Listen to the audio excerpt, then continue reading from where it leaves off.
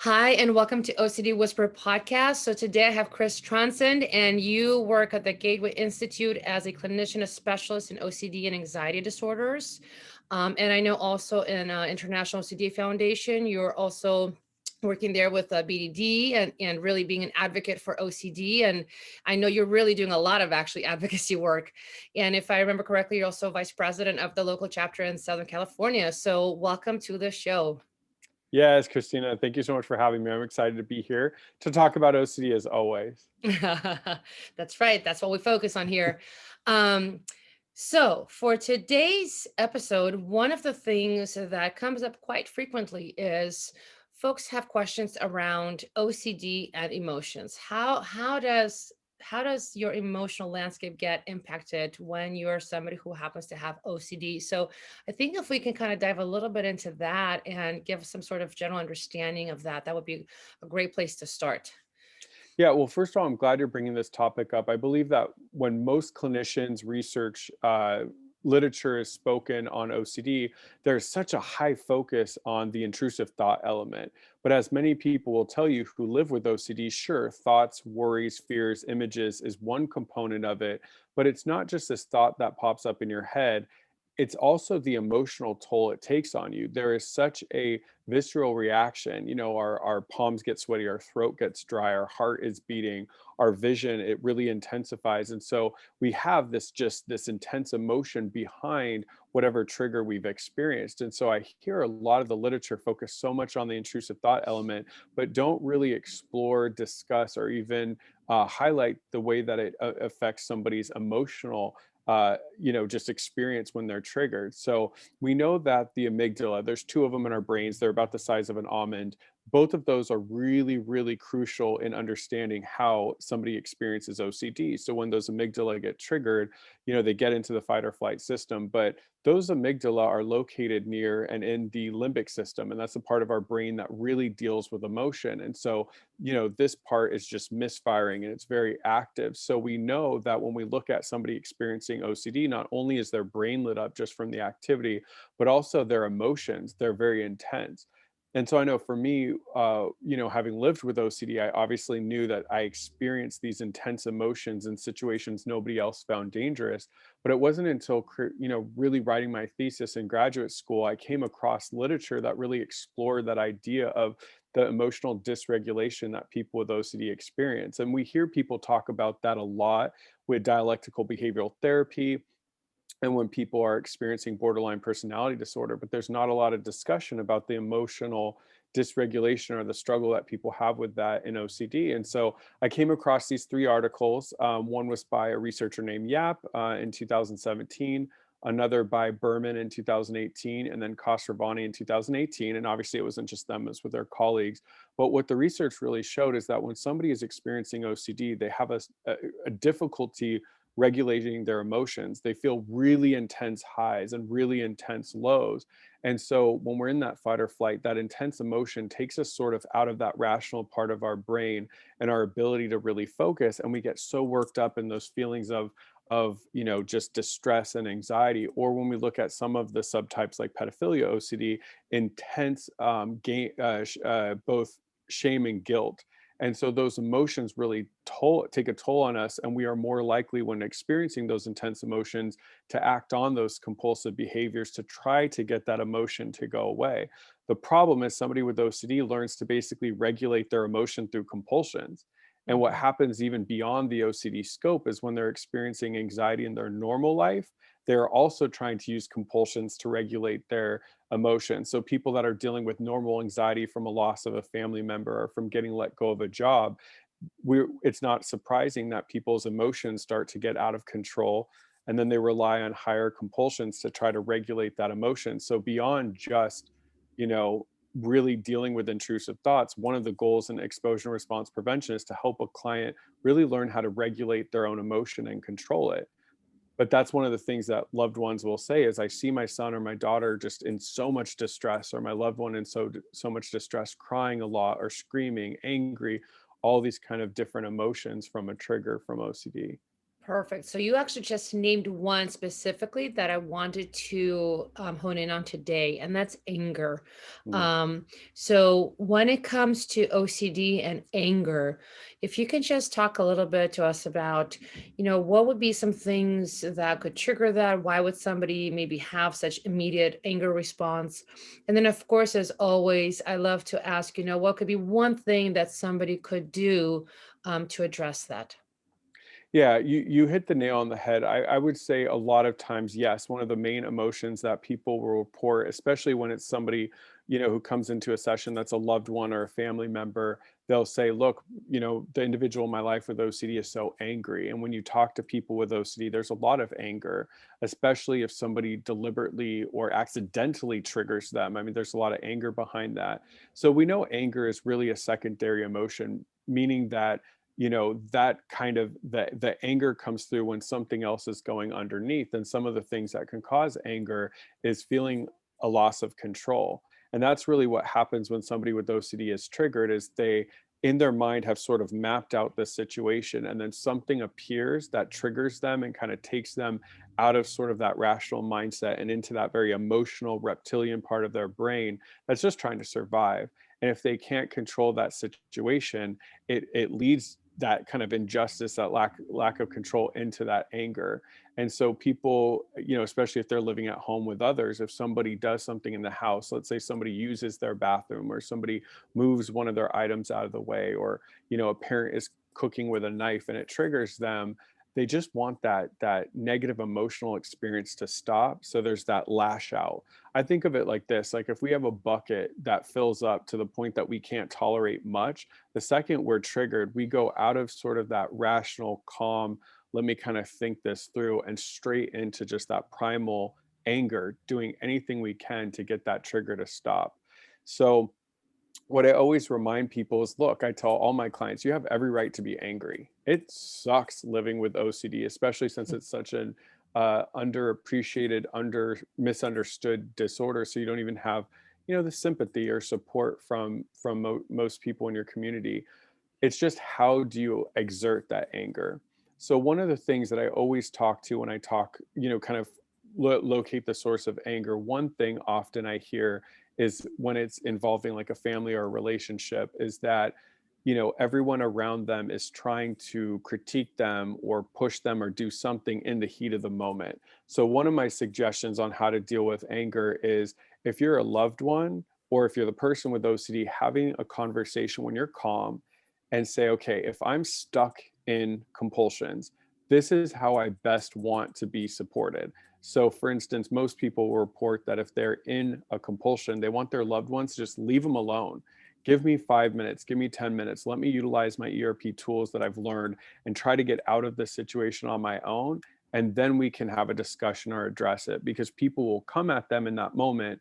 Hey, turn off the water, or we gotta go. And that person is already so frustrated that they're going to lash out in anger simply to get the person to leave them alone. I want to give a second piece, like a tool, because let's say somebody isn't living in a home with other people that's triggering their anger, and they're living on their own and experiencing anger. That anger is coming from feeling constantly just being bombarded by intrusive thoughts or triggers. So, one of the ways we get past that anger is allowing us to go from sort of that defensive victim mode to actually start seeking out triggers.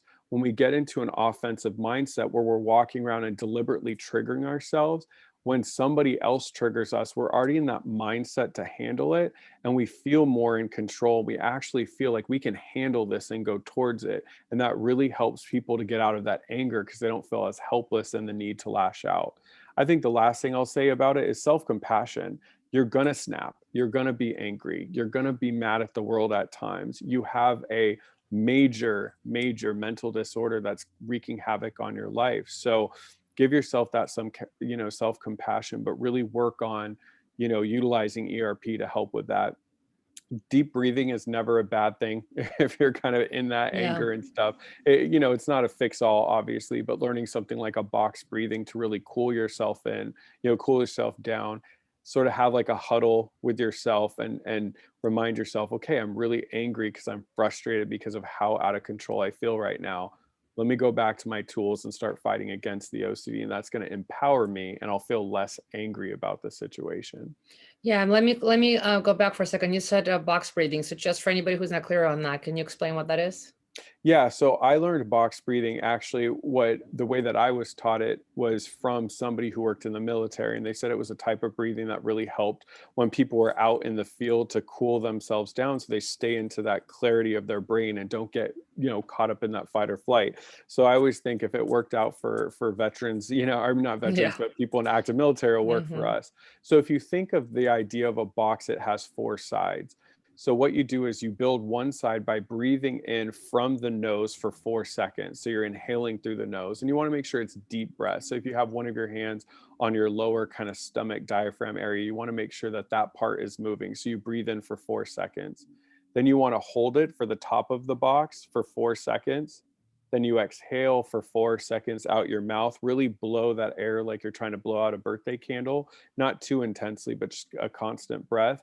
And then you rest for 4 seconds. And you want to do that consistently, I would say about 6 to 8 times. And in exposure and response prevention and OCD treatment, we don't rely on the box breathing or a tool like that to solve, obviously, the intrusive thoughts and the intense emotions. But if you're having one of those moments where you are in anger and you're ready to just lash out, stepping aside, finding an area to be by yourself, do that deep box breathing, and then it allows you to clarify what's going on. And what I like to think of it as like a huddle in a sport, and say, okay, I need to go back out there and deliberately touch that item, or purposely cut my food with a knife, or whatever it's going to be to trigger. Because once again, being empowered like that is going to help with that anger that comes from that lack of control. Yeah, thank you for clarifying that, because I always have to say that disclaimer that for folks with OCD, anything can be a compulsion, anything can Correct. be an obsession. So we're not looking to use these tools to neutralize your anxiety, but I think you're exactly right. When you're that angry, I think one of the, from what I'm hearing, also important strategies is to learn how to just somehow take a pause or slow that down just for even a second, so that you can create a little buffer between that and that immediate reaction that you might want to engage in, or that lashing out. Um, Correct. Like when I talk about my own kind of recovery, when I was living in a household and people were not doing things deliberately to anger me, but they were living their life, and it just so happened that it would trigger me. I had a fear of cancer, and I don't know why I thought, but I thought, for instance, coffee caused cancer. So when somebody in my household would be making, coffee, I would get enraged because it felt like people were deliberately putting me in danger. And so, the box breathing obviously wasn't to solve the OCD, but it was to recognize that my exposure therapy was to deliberately go up in the kitchen where it was being, made, to take deep breaths in and accept the uncertainty. What would happen? Maybe I would develop cancer. Maybe I wouldn't. Sometimes I was more in a mental state to march up those stairs and unplug the coffee maker and start screaming, and that's not healthy. So if I wasn't able to get myself in that mindset to do ERP, the box breathing was a quick 30-second tool to just cool me down, to say, okay, Chris, you can't be angry at your grandma making coffee. She has every right. It's your job to learn how to adapt using the ERP tools to then go upstairs and to deliberately do it. Then I started thinking of my grandma making coffee as a gift. Thank you for triggering me, because I can only do ERP when I'm triggered. So this gives me an opportunity to do the treatment. But yes, I mean, what the research also found is that ERP helps people regulate emotion. I think a lot of times people think of DBT, or dialectical behavioral therapy, as that kind of gold standard treatment to help with emotional regulation, which I agree. In borderline personality disorder and other instances, it is. mhm. But for us, the ERP teaches us to not have such an emotional reaction to that Mhm. negative stimuli. So what people find over time is, maybe 2 3 months ago, when they were around a knife around a loved one, they felt intense fear and intense distress, and then guilt and shame for having those thoughts. That same client may report 3 months later that that intense negative emotion they experienced is muted or no longer there, because they've taught themselves through the behavioral component of ERP that this is not something to fear. This is not a stimuli that needs to be avoided. And that emotional dysregulation that the brain was providing to sort of keep that person safe is not something they need anymore. And we'll see that Mm. emotion be regulated through ERP itself, according to the Beautiful. research and according to clinical experience. Yeah, that's actually a really great point and clarification. And I think one other thing that comes to mind is, I think also just making that clear delineation between when something is actually legitimately unhealthy, like let's say a relationship you're in that's not healthy, where there's arguments, disagreements, lack of communication, so on. And then you're also getting triggered, right? So it's like a both and experience, right? Or there's yelling or whatever it is, whatever it is. So already the foundational aspect of it is not pleasant, right? And you're getting triggered on top of it. That you can have anger, but also being clear that, putting it in the context of the entire picture, it's like, well, right, maybe I actually am in an unhealthy situation that's continuing to exacerbate and compound the triggers and the emotional, effect. And so similarly, though, I think the strategies would be like everything you discussed: exposure response prevention. The box breathing sounds like a great tool. Mindfulness, compassion, and being able to get enough space and distance so you can have some clarity and then look at the situation again, from a clearer mindset, to understand, what about the situation is perhaps literally actually is unhealthy, that needs to be changed, versus when you are, like you described, let's say in a household where people are just living their life, and then it just happens to be that I'm getting triggered. Correct. And I think just having that distinction is important for folks to hear as well. Absolutely. I mean, great point, Christina. That it's going to be difficult in those kind of situations. Let's say you're in an unhealthy relationship and you're also, whether it's responsibility OCD or, relationship OCD, having, excess intense emotions. I mean, that's really difficult. You're having the emotions of just being in an unhealthy relationship and the emotions that come along with having intense OCD, and trying to navigate through those is very difficult. And so that person or that individual may not be able to work with a traditional therapist or couples counselor to try to figure out if their relationship is healthy, because right now the OCD is too loud, and they may need to focus on that to get those thoughts, but even more importantly, to get those emotions down and be able to get, like you said, clarity. Because you made a good point. I mean, when we're in our fight or flight system and we're really, really freaked out and having those intense emotions, we're not in our part of our brain that can really make those rational decisions of if this relationship is healthy or not. So the ERP, obviously it's going to help with how to have a relationship with our intrusive thoughts, but it's also going to teach you how to have a new relationship with your emotions.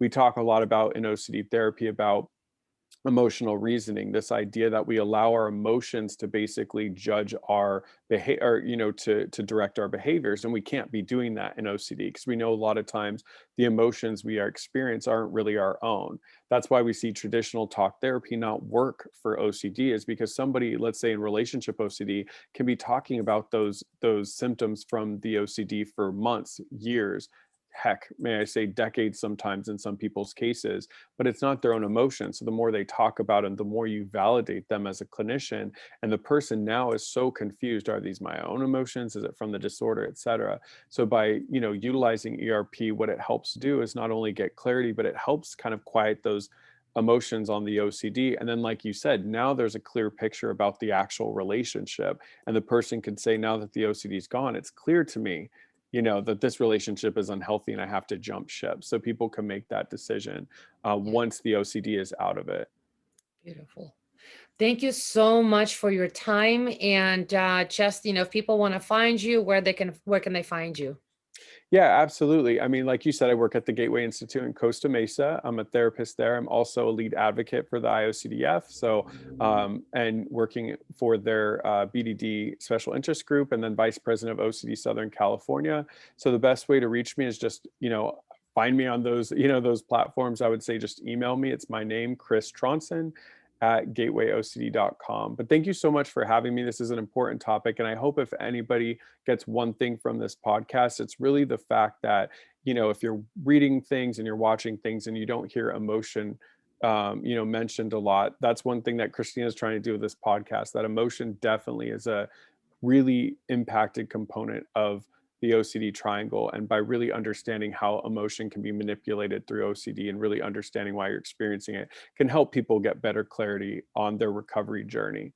Absolutely. Thank you so much again, Chris. Yeah, thanks for having me. Bye.